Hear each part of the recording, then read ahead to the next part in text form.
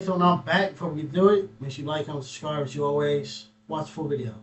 What prosecutors revealed they found in David's phone at his court date today made everybody in the room stomach turn. It was horrifying. This degenerate freak really murdered that little girl and thought he was never gonna get caught. He thought he committed the perfect crime. He thought, there's no evidence. He cleaned up his tracks good enough. He thought they was never gonna find out. He was never gonna get arrested, and that's evident by how he was moving.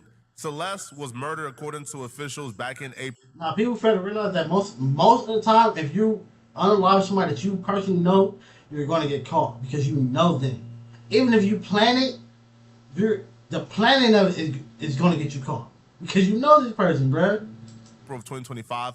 I think she was murdered much longer before then, but if we're going with the official timeline, she was murdered back in April. She wasn't discovered dead until September. He had about 6 months to clean up his tracks, and he thought he did a good enough job. He wasn't officially charged with anything until April of 2026. It must have been meant for him to get caught. Because nigga, think if you had all that time, everything should have been deleted. Everything. You should be like, you paying people, nigga, pay somebody that can wipe your image from the internet. But you didn't. That means that's the entire year since he murdered Celeste. Now, he knew he was under investigation since September. That means he knew he was under investigation for about 6 months. But, his arrogance didn't really allow him to think that he was going to get caught, because when he was eventually arrested, this dude has so much evidence on his phone, not of what he did to Celeste, but of other things that you would think that if somebody knew or had expectation they was going to get arrested for something this horrific and knew their phone was going to be a pivotal part of this investigation, that they would at least clean up their phone. But this dude was so arrogant and so cocky, he didn't even bother to even touch or erase his phone or erase illegal things from his phone. A hearing just wrapped up for singer David in his first-degree murder case. The prosecution revealed details about disturbing digital evidence. Let's get to CBS LA's Rick Montanez with what we learned in court today. Rick, what are you hearing? Amy, Chris, the hearing just wrapped up within the half hour here, and cameras were not allowed in court, but I can tell you that the defendant, David Burke, was in court today in shackles and wearing that orange jumpsuit. The biggest new piece of evidence revealed, prosecutors say a significant amount of child found on Burke's cell phone. Oh, yeah, you a sick motherfucker, bruh. But to be honest, it's another motherfucker or another thing for somebody that I'm not surprised about, because for you to do what you did, you had been doing this before. For you to be as comfortable as you was, putting her on live stream and everything, knowing that the age difference was going, knowing that you're doing things to her, you are sick and you don't care, and it's not your first time. We also want to point out that this all happens one day after the medical examiner's report became public. That is the report on the death of Celeste Rivas Hernandez. The report says, or I should say the family of Rivas Hernandez is absolutely devastated to learn the gruesome details contained in that write-up. That's according to a family statement. So this report says the 14-year-old girl died of sharp force trauma, but the autopsy was difficult because of the severe decomposition of her dismembered body when it was found in the singer's abandoned Tesla last September. Officials say she died 5 months earlier in April of last year. Burke, the suspect, known by his stage name David, was arrested last Thursday. On Monday, he pled not guilty to the capital murder charges. We spoke with a former federal prosecutor just a short time ago here on CBS LA Mornings about this new evidence revealed in today's hearing and the fact that David's phone, according to prosecutors, contains child. And obviously, that nigga is cooked, bro. He's cooked. Even if he didn't unalive her, you're cooked based on that. On that, even though sadly they don't even give people enough time as they should, or as they deserve for even having that type of shit. You would see somebody with that, and somebody still get a year, 18 months, then probation, then release.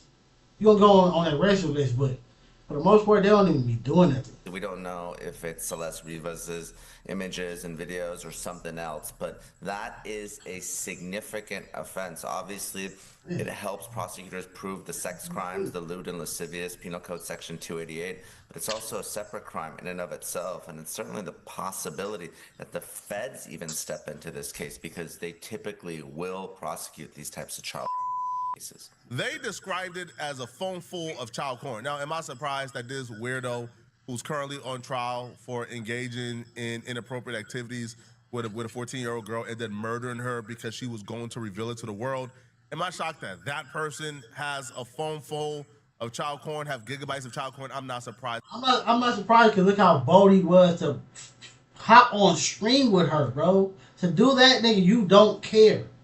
Thought he was safe. Like, he really thought they was never coming for him. There's no evidence more clear that he thought he was never gonna get caught and he was Teflon Don than his neighbors complaining that he was doing too much partying. And this was happening during the investigation.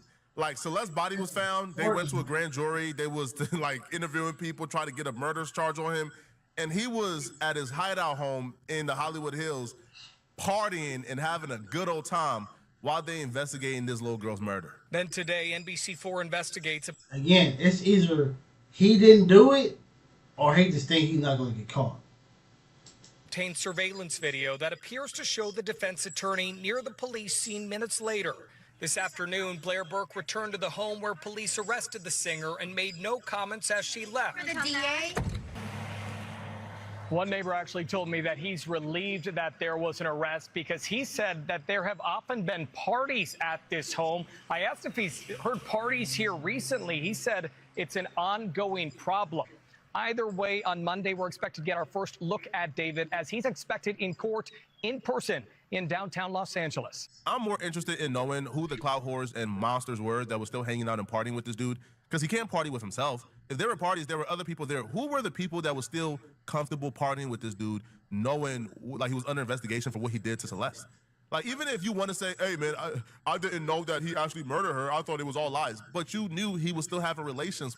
Nah, but sadly, in real life, we know people who have done bad things and we still hang with them. Because sadly, these be our friends, these be our family members, uncles, aunties, cousins, whoever. And you still hang with them. And movies and shows, like documentaries, like you'll see a movie and somebody is accused of XYZ and their whole friend, like their family, their friends, everybody cut them off. But that's not real. That's not real. People don't necessarily do that, bro. Like, especially when it ain't been proven yet. So just think about it. I think this is why most people don't do it, because you will cut a friend off because they're accused of this, and then what if they didn't do it? And now you're a fake person because you cut your friend off at the first sign of a crazy allegation, and you automatically believe that it was true and it wasn't. That's why most people don't just cut people off so they get accused of things, because you never know. You never know. Yes, it's a crazy allegation. He should not be involved with this, but sadly enough, he ain't the only one. He ain't gonna be the last one, and it gotta be proven. Just because, even with the stream thing, just because you seen him on stream does not mean he was crushing. You still gotta prove it.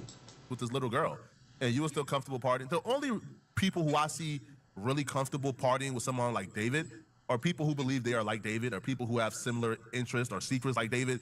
Which is why I believe, man, even if we can't prove that anybody at that party actually did something, man, they need to be under investigation. Like, they need to be put on a registry, man.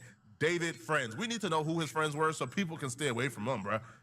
Because it's not like they was partying with him before her body got discovered. No, right? These were parties that started happening after David came back to LA after going to Texas briefly to hide out. This was in the middle of the investigation. There needs to be a list of names that are part of David's entourage and his network of people.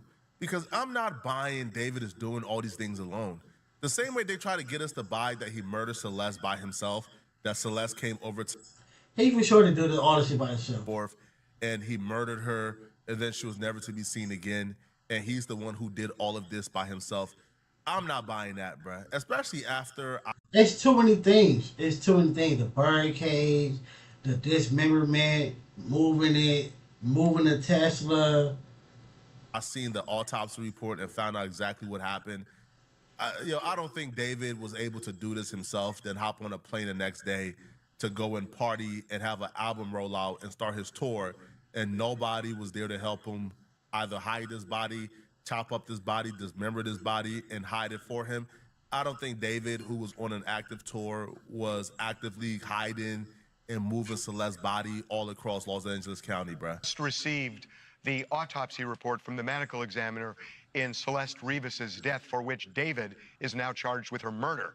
And there are some interesting things, and we talked about this before, that we knew that the coroner had ruled this, the medical examiner ruled this a homicide, but we didn't know the cause of death. And the DA said they were stabbed, there was some kind of sharp instrument was used. Now we know, and what they're saying is there were 2 wounds in particular, and that they believe, they use the word may, and the word may is going to be really important, which we'll talk about, that they may be penetrating wounds, which would not be wounds to dismember a body. Right, because of where they are, they believe, is I think the main, and also and the way they describe it is they describe 2 penetrating wounds, one on the abdomen and one on the chest, and they describe them as, they tell you the depth and the length of these, and they say they have smooth edges. The indication seems to me that some sort of knife was plunged into her, and it left smooth edges. The key is the length of the wounds. One is 3/4 of an inch, one is 9/16. So this size wound as the penetrative wound. These are which not is an indication of the length of the blade. And also a blade that could not dismember a body, right? This would not be the same instrument used to dismember the body. Now the body was dismembered. They describe all that in detail. I mean that's why he poked her in. If you see 2 penetrating wounds, nigga, that's a stabbing. But those types of cuts to take the body apart would be different than Does the report say anything about the dismemberment or what they believe was used? They don't say what was used. No, it does describe it in a lot of detail. It's gruesome. Yeah. I don't know what your religion is, but this case... I ain't gonna lie, to even do that, to dismember somebody, bro, nigga, you are a sick motherfucker. This is proof that some of us didn't come from heaven. Now, we gotta... Like, y'all seen the movie How High? Y'all seen when they was trying to fry up the president? Nigga, you see how the nigga was acting, bro? Imagine you doing that with a person who you have feelings with, you're dating, your girlfriend, whatever. And then, nigga, it ain't like, at least on the movie How High, the body was decomposed for X amount of years or whatever. This is a fresh, just happened, nigga, how do you do that? Give that up, man. I don't think God had created all of us, man. I think the devil had a hand in some of us being created. Because anybody who is capable of this, truly imagine what just happened here. They said the devil was an angel too. Stabbed up first off, to take somebody's life by a knife, you gotta have some level of psychoness in you, bruh. To take somebody's life with a knife is quite possibly one of the most personal things you could ever do. It's traumatic, it's not easy. You are feeling their life leave their body with each and every stab. He still will be a disturbed human being if he would have did it by shooting her or, I don't know, drugging her. But to do it with a knife and to feel that person's soul leave their body, it does something to the average person, bruh. Yeah. I think he on that shit he gonna cook, especially when they say that supposedly you are a person who gets turned on by gore movies. Like, you get turned on by that? It's one thing, we watch certain movies, Chainsaw Massacre type of shit, but to get turned on by it? Nigga, no. The fact that this dude was able to hop on a plane, go ahead and party, have a good old time laughing, great poker face as if nothing happened the day before, then come back and hop on tour and have a tour, and he's playing with coffins at his tour dates, playing with blood-filled shirts at his tour dates, singing songs like Romantic Homicide that essentially describes what happened, but the music was filmed before. The fact that his mentor was able to handle all of this tells me this is not a normal human being. This is somebody who we truly have to acknowledge in the likes of Ted Bundy.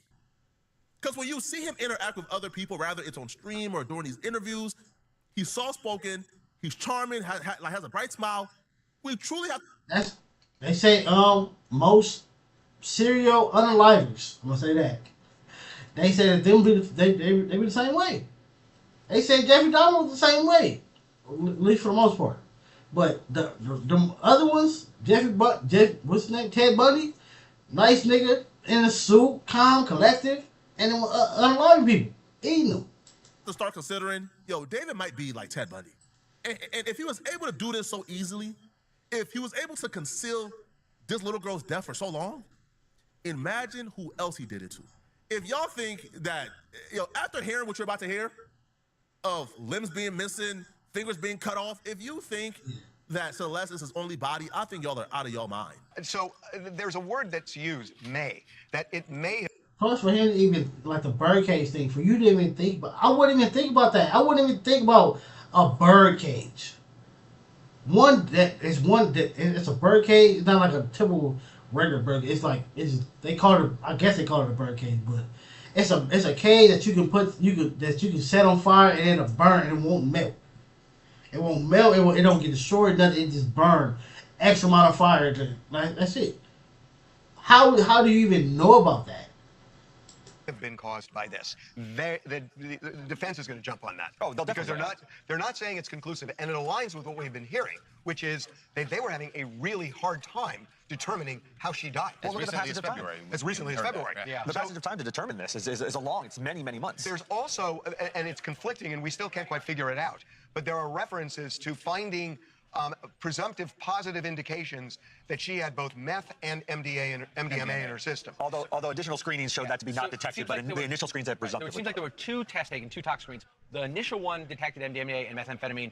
Subsequently, they did a confirmation test, and it was unclear whether there was MDMA, but methamphetamine, but no sign of MDMA at that second confirmation test. I mean, ultimately, is that going to matter when you get to trial, like whether or not she was probably not any drugs? Well, they may argue it was an overdose. I don't know what they're going to argue, but they'll latch onto what they can. That's true. Yeah. But look. I mean, yeah, that is true. They can't try to use that like, all right, she overdosed, he panicked, and he did this. Because sadly enough, dismemberment of a body is not a heavy charge like how it is you unaliving them.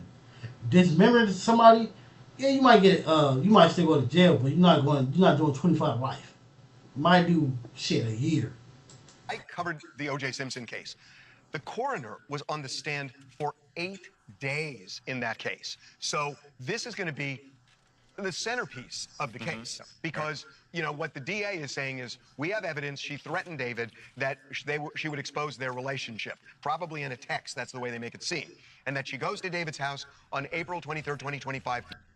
My thing is what does that mean though?